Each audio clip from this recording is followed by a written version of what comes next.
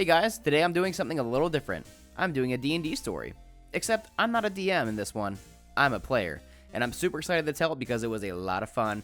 That, and I probably won't be able to play another player for another 5 years. But anyways, let's get started. Well, actually, before I get started, let me tell you to just, like and subscribe. Because we're doing a lot of really cool stuff here at the channel. Might be doing some sort of contest for the podcast here soon, so that'd be pretty cool. But, here we go. My friend Steak asked if I wanted to play with him and his playgroup via Discord, with him DMing, with some high school kids that were friends with his wife's little sister? Yeah, it's kind of confusing. But anyway, Steak tells me that all these kids want to play D&D, so he's been teaching them how over the last few weeks by playing a module. However, the kids are very new to the game, so understandably they think the entire game is kill, murder, kill, death, kill. That's all fine. But eventually their, caveman tactics started to get them in trouble and killed. So he asked me to come with them in a character and show them different ways that you can play the game besides mowing down every NPC you find.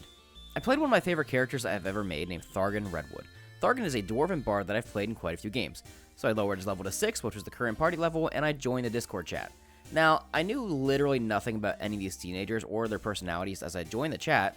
They all greeted me very excitedly. However, they were very concerned that since I was playing online with them rather in person, that I wouldn't be, a lot of help. Which was wrong. The party consisted of 2 half-orc barbarians, a dragonborn monk, and I think an elven rogue? I honestly don't remember because the party was completely hazardous. So after discovering that all the classes were pure damage based, I knew I made the right choice by playing a bard. However, the party didn't think I was going to be much use. I encountered the party in a castle which was fighting a horde of hobgoblins. These hobgoblins were being sent the next morning to burn down a village and town, and their group was there to stop them and burn down a bridge that would stop them from crossing over into the valley to the town. How I got there? Complete DM fuckery, and that's, fine with me. The group ended up infiltrating the castle by telling their leader, Minotaurs, that they were here for a cause, and that they hated the humans just as much as they did. At this point, Thargun's like, maybe these guys actually are better than Steak said, until shit started to go downhill really, really fast. Eventually, we all got into a room for the night where we were left with 12 hobgoblins. The first thing the party says is, alright, let's start killing them. And at that moment, Thargun's like, hold up, 12 versus 5, not horrible odds, I guess, since it's just hobgoblins, but there's also 3 by the door who are going to alert everybody out there as soon as we start swinging. The party agreed with me, and they convinced 6 of the hobgoblins to come to the sleeping quarters with them, which is a separate room of its own to play a card game and do some gambling. This room was basically just having a big party, and they were drinking and getting excited for the next human village raid tomorrow. So the other 6 hobgoblins are with me and the rogue in the initial room we were already in, while the other 6 are in the sleeping quarters with the barbarian and the monk. The rest of the party decides they're going to start swinging, until 4 more hobgoblins walk into the room with me and the rogue. Now it's 10 versus 2. I'm just a bard. I have a lute. I play music and I do some magic. Thargun doesn't know these people and he is not fucking dying today. So what do? Play some epic music and create a huge party in the room that I'm in. I've done pretty much all my points into charisma and, performance-based skills with Thargun for moments like this, because he's a bard. All 10 hobgoblins love the music and start drinking heavily and partying. I then make a subliminal line in my song to the others in the room that they can now start killing the other hobgoblins now that I have the 10 distracted, which they successfully do. At this moment, 2 more hobgoblins walk in and try to deliver drinks to the room where the 6 hobgoblins were getting killed. Our rogue player was blocking the door, but froze and didn't know what to do. I quickly spoke up and said, hey, the drinks are for me, and I was just getting, parts from all the epic music I've been playing. 25 on deception roll. The hobgoblins delivered the drinks and now started the party with the rest of the crowd. Now the numbers are severely not in our favor, though. I then do what Thargun does best, persuade. As I'm playing my music, I drop my tuning to a heavier, darker tone. I further convince the crowd of hobgoblins to start a mosh pit and beat each other up to my heavy music, and that I would teach the last person standing how to play my lute. 28 on persuasion. Eventually, the hobgoblins all beat the shit out of each other until one was standing. The rogue then walks over and slits his throat on my command. The rest of the party walks out of the room and see that all 12 hobgoblins are on the floor knocked out as the rogue is slitting their throats. They asked the DM how come he was able to do that, and which Steak replied, he's roleplaying his character. He's being creative. Not everything requires attack rolls and damage rolls. At this point, I thought something clicked with them. Well, I was wrong. After some time, we make it through the castle and get to the bridge that we need to blow up. Before that, by complete coincidence, we found a room full of dynamite. Ultimately, we needed to use at least 200 sticks of dynamite on the bridge to blow it up successfully. In the room, we also found a scroll of Beast Charming that a bard could use. Hello.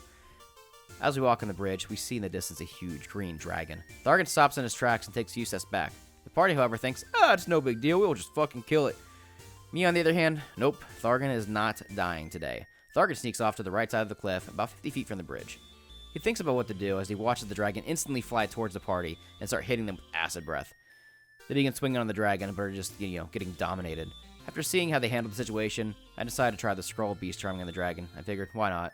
And honestly, to my surprise, it worked. The dragon rolled a natural 2 on a saving throw. The dragon was charmed by me, and I signaled it over to my way. I told the dragon not to attack my friends, and that the hobgoblin army was enslaving him, and that he should destroy all of them and set himself free.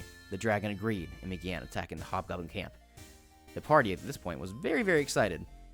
Until they lost count of how many sticks of dynamite they needed to put on the bridge. Since they took so long figuring out how much they needed and, how to call the hobgoblins and just everything and how to, take care of the situation, hobgoblins started making their way across and attacking them. They just got the dragon off their tails, and they didn't know where they were at, how many they counted, so they had to recount their fucking dynamite. The hobgoblins attempted to grab one of the players and throw them off the bridge as they were dropping dynamite into the pile. I honestly wanted to see how this is going to play out as, one player got thrown off the bridge and began to fall towards his death. However, since it was my turn next, I was able to signal the dragon over to fly down and save him, which he did successfully. However, the dragon, broke the player's leg when he grabbed him because he bit him in the leg to pull him up. The dragon that I named Tinkles dropped off the barbarian next to me. I then pulled up my pipe and started doing drugs on the cliffside watching the dragon fight and the players continuously fuck up, because Thargun was not dying today. Eventually they got enough dynamite and blew up the bridge. Tinkles the dragon flew over to me, and I had a small emotional moment with him, as I knew the charm would wear off in an hour, and he would know that he was charmed by me. I gave Tinkles a pat on the back, some belly rubs, and raspberries, ear scratches, just like a nice little puppy. I then told him to kill as many hobgoblins as he could in the next hour, and then free himself from enslavement. Tinkles looked at me, and in perfect comment said, I'm sick of being oppressed. I want to be a free dragon. And he flew off, and a tear rolled down Thargun's face. We escaped the castle successfully, and made it to a small hideout in the woods. We camped out overnight and shared some stories with the party. I could see that my gameplay and different way of playing was getting the creative juices flowing through their minds, which was cool. They started seeing that not every character needs to use violence and weapons to solve their problems. We had gone through almost 4 different combat encounters, and I had not swung my sword a single time, only casted utility spells. But then, just when I thought I made the DM proud by showing the party a different playstyle, they asked me, out of nowhere, "Hey, do you know how to kill a hydra?" And I simply asked, "Why?" In which they told me the path back to the city was blocked by a hydra, and they needed to kill it to get back to town. Needed to kill it. The hydra would let people out, but not in. Thargun simply responded, "No, I don't, and that doesn't sound like a good idea." Well, we woke up the next morning, and they insisted on heading back to town. And honestly, I figured, maybe we'll get, a more creative solution on how to get around the hydra instead of fighting. Nope! As soon as we get to the path where the hydra pops out of the water, standing there ferociously, standing its ground, the entire party rushed forward and it just initiated combat. Right there. No discussion, nothing. No hey, no, nothing. I held my action, and on my turn, took 30 steps back in the opposite direction, because Thargun was not fucking dying today. Within the first round of combat, the 10-headed hydra instantly killed one of the party members with all 10 of its attacks landing, as each head got an attack. And another player lost his eye, and almost his arm.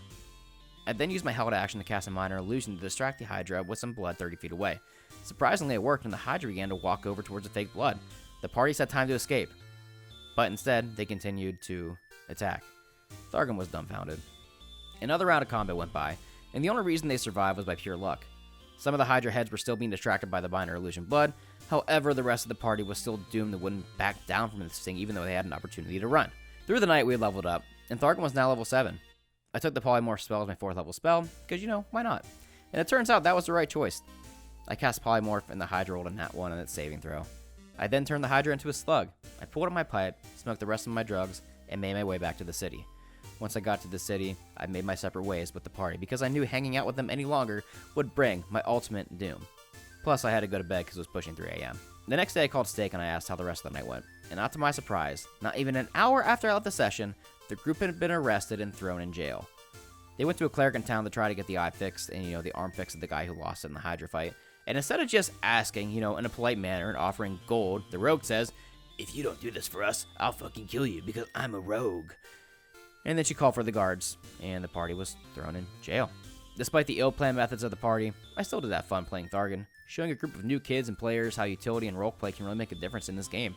It's not very often they get a chance to play, and when I do, I want to make my characters feel really important and do the best I can, influence other players, especially if they're new. Eventually, Steak did tell me that the group got kind of pissed off I didn't jump in and fight the Hydra with them, but I knew better as a player. But when we were on the phone, we both said, in a unanimous tone, Thargun was not dying today. Thanks for listening, guys. Like, subscribe, tell me what you thought of the story. Should I do more videos like this? See you guys next time.